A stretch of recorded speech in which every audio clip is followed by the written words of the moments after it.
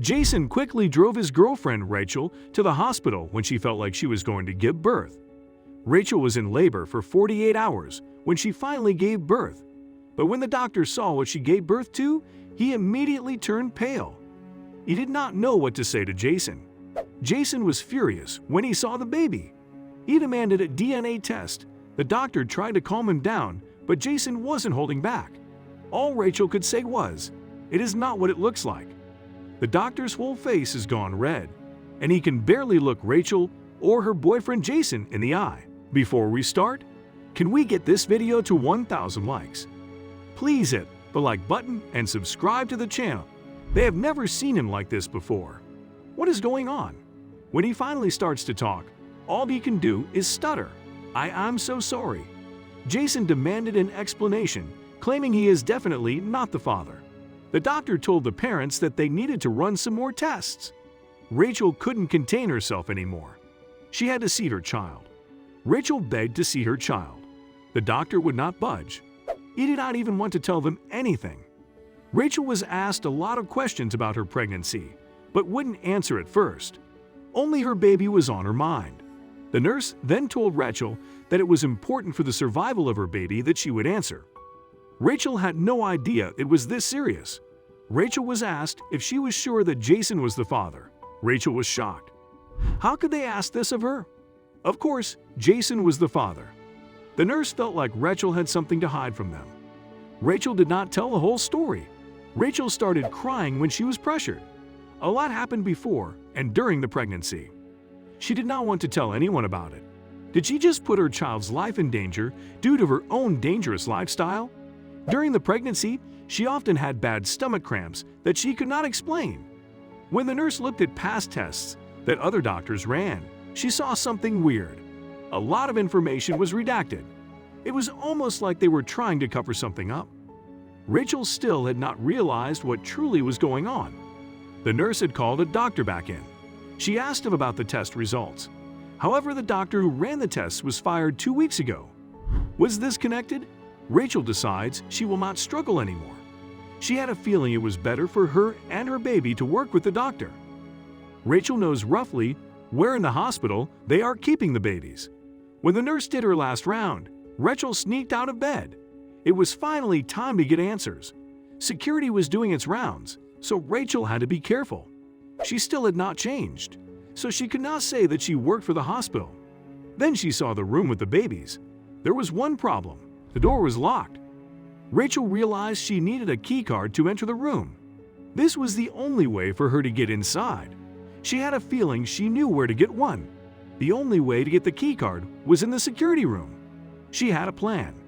When security was doing their rounds, she would quickly grab one of the walls. By some miracle, she managed to get the key card. It was time to get to her baby. Rachel quickly goes back to the baby's room. She swipes the key card. Then she let loose a sigh of relief. The door opened. Now she had to find her child. This was difficult for her since she had not seen her child. Luckily, names were on the units. She enters the room and starts looking around. Her baby did not seem to be here at all. Then in the corner of her eye, she sees a special unit. This must be it. She walks over to this, when and falls to her knees. When Rachel sees her child, she actually starts crying. Then she lets go with a loud scream. The doctor and a couple of nurses came running inside. Rachel demands an explanation now. She wants to know why her baby looks like that. The doctor has no answers for her, so she gets even more upset. The doctor tells Rachel that the results of the test will probably come tomorrow. Rachel does not want to hear it. She is extremely stubborn. The doctor has no other option than to force Rachel to bed. She is locked in as well for her own safety. The doctor looks very concerned the next day when stepping inside the room. He is deadly serious. He tells Rachel to call Jason to come in. Jason comes in and immediately starts confronting Rachel. "What have you done?" The doctor urges Jason to be quiet and sit down. Jason wants to go, but he doesn't believe that this baby is his. Rachel assures him she has done nothing wrong. Then she demands from the doctor that he does a test to see if Jason is the baby's biological father. The doctor agrees. Jason was asked by the doctor to give a DNA sample. Jason's was confused. but he agreed. He wanted to get an answer. The doctor figured if Jason gave his DNA, he might figure out what was going on with the baby as well. The doctor told Jason and Rachel they had to wait a couple of hours for the test results to come in. Then the doctor came back. The doctor had a closed envelope with him with the DNA results. Rachel was asked to come back in. The doctor was nervous about this as well. The doctor said that they had found nothing extremely strange. Jason is indeed the father, but they could not find any DNA from Rachel. Rachel was extremely confused. The doctor had no answer for this, but told them they would figure it out today. Rachel wants to see her child now. This time, the doctor agreed to walk Jason and Rachel to the baby room. When Jason sees his child for the first time, he is totally baffled. He did not have such an extreme reaction as Rachel, but he still had many questions. The last thing that the doctors think of is a skin test. They take a sample of the skin of baby, which does not hurt.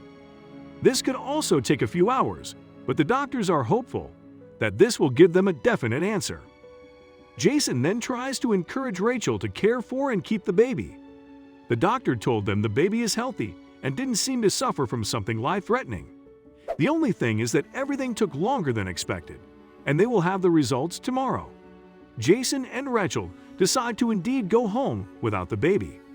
They both fought long and hard. They had been waiting in front of the phone since they woke up. Any minute the doctor could call. They tried calling themselves, but the doctor was too busy to come to the phone. Then the phone finally rang. They pick up, and there is a lot of tension in the room. Rachel puts the doctor on speaker. He starts talking about what they had done and reveals that they finally have an answer that they want to share to them in person. Rachel and Jason quickly jumped in the car. During the whole drive to the hospital, Rachel is very tense. She hardly speaks to Jason. She has no idea what to expect, but she feels like she will not like the answer that the doctor will give her. After a drive that feels like hours, they finally arrive. They enter the doctor's office, and the doctor tells them to sit down.